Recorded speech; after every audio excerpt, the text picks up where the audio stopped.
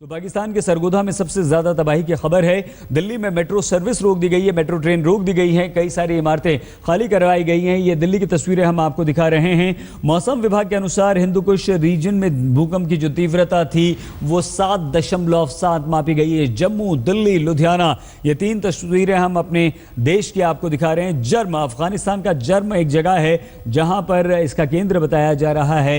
190 kilometre जमीन से नीचे ये भूकंप का केंद्र बताया जा रहा है और राजधानी काबुल से लगभग 300 किलोमीटर दूर है ये जगह जर्म। दिल्ली, पंजाब, हरियाणा, राजस्थान, हिमाचल प्रदेश, उत्तराखंड, पश्चिम बंगाल, बिहार, मध्य प्रदेश, जम्मू कश्मीर और गुजरात तक में भूकंप के ये झटके महसूस किए गए हैं। जम्मू कश्मीर में सबसे ज्यादा इसका असर महसूस किया गया। जम्मू कश्मीर में पिछले 2 दिनों से बारिश भी हो रही है। दिल्ली में महसूस किए गए हैं जबरदस्त झटके। हरियाणा के हिसार में घरों में दरार की खबरें आ रही हैं और वहां भी भूकंप के काफी झटके महसूस किए गए। जम्मू कश्मीर में क्योंकि लोगों में डर और दहशत इसलिए ज्यादा हुई क्योंकि वहां पर 2 दिन से बारिश हो रही थी और लोगों को लगा कि 2005 में वहां पर एक बहुत बड़ा भूकंप आया था कि कहीं ये भूकंप वैसा ही ना हो, तो लोग अपने घरों से बाहर निकल गए।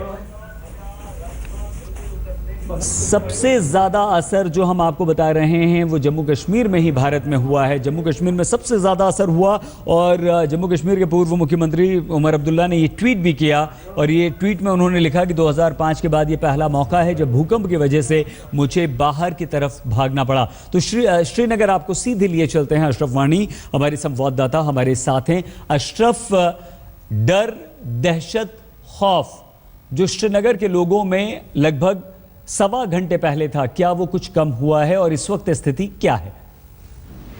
कश्मीर घाटी ने पहले भी भूकंप देखे हैं, लेकिन जिस अंदाज से आज अभी कुछ देर पहले कई मिनटों तक पूरी कश्मीर की जमीन हिलती रही और भूकंप के जबरदस्त झटके जो है महसूस किए गए, उसने कहीं ना कहीं लोगों को चिंतित कर दिया। आप देख सकते हैं यहाँ पर जगह जगह से, इमारतों से, दुकानों से लोग बाहर निकल आए हैं और सड़कों पर खड़े हैं और करीब 1 मिनट से भी ज्यादा समय तक पूरा जो कश्मीर का इलाका है वो हिलता रहा। अभी तक भूकंप का केंद्र जो है वो पता नहीं है कहाँ है, लेकिन जिस अंदाज से लोगों में दहशत फैला उससे कहीं ना कहीं न सिर्फ लोग चिंतित हुए बल्कि काफी ज्यादा घबराए। आप देख सकते हैं श्रीनगर की सड़कों पर खड़े हैं किस तरह से यहाँ पर हर जो ट्रैफिक है वो भी सड़कों पर जाम सा हो गया है। लोग सभी वाहनों से, घरों से बाहर निकले।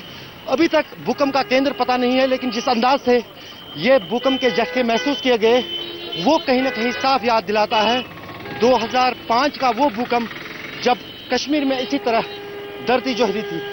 आप कहां पर थे उस वक्त जब ये भूकंप आया? मैं यहाँ था, गाड़ी पार करा था, गाड़ी थोड़ा हिल गई उधर इधर। कितनी देर तक आपने, जो 2005 में भूकंप आया था उससे भी आपको शिद्दत आई? हाँ, थोड़ा शिद्दत आई है मुझसे ज्यादा। तो ये कहीं ना कहीं वो गवाह है जो कह रहे हैं कि 2005 में जो भूकंप आया था उससे भी कहीं खतरनाक ये भूकंप कश्मीर में महसूस किया गया। लगातार पिछले 24 घंटों में बारिश हो रही थी कश्मीर में, लेकिन उसके बाद जो है इस तरह का अफरा तफरी और माहौल है, कहीं ना कहीं साफ लगता है कि भारी तबाही इससे हुई होगी, लेकिन कहां पर इसका केंद्र था वो अभी तक फिलहाल साफ नहीं है।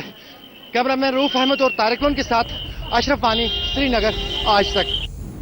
भारत में सबसे ज्यादा जो असर देखा गया है वो जम्मू कश्मीर में देखा गया है। दिल्ली, लुधियाना, श्रीनगर, हिसार की तस्वीरें हम आपको दिखा रहे हैं। उत्तर भारत में आज दोपहर लगभग 2:45 बजे भूकंप के तेज झटके महसूस किए गए। ये झटके काफी देर तक महसूस किए गए। 7.7 तीव्रता वाले इस भूकंप का केंद्र अफगानिस्तान के हिंदू कुश क्षेत्र में महसूस किया गया। दिल्ली, उत्तर प्रदेश, उत्तराखंड, हिमाचल प्रदेश, पंजाब, जम्मू कश्मीर में भूकंप के झटके महसूस किए गए।